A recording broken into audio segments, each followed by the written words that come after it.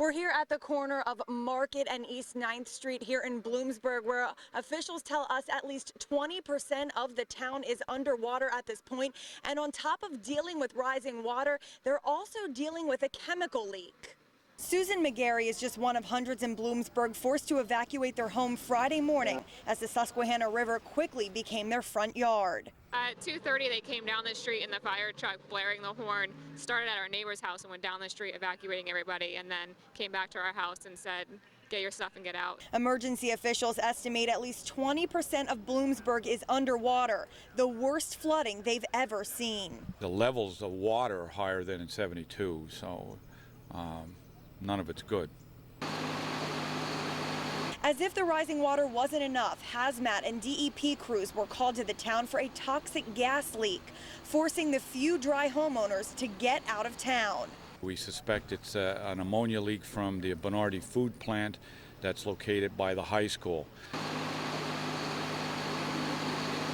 As crews work their way to the leak through several feet of water, the National Guard continues their rescue mission, saving the lives of those who decided to ignore the warnings. These floodwaters have no boundaries. It's not only homeowners that are dealing with the rising waters, but as you can see here, the Bloomsburg Fire Department is also underwater. Emergency officials are victims as well.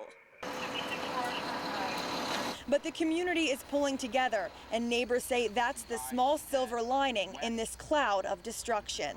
Yesterday, moving somebody else's furniture, you said, what do you need to move? They were just overwhelmed. They were like, we'll just take it and move. You know, like, you don't understand in the situation how much water is going to be in your house, and I think it's hard for people to process. It is material items, but luckily the town is doing great. Residents that live in these homes right now have clearly been evacuated, and they are just waiting for the water to recede until they can get back into their homes and check and see what kind of damage. A lot of them have told us that the flooding that you see here today is worse than what they saw back during Agnes in 72.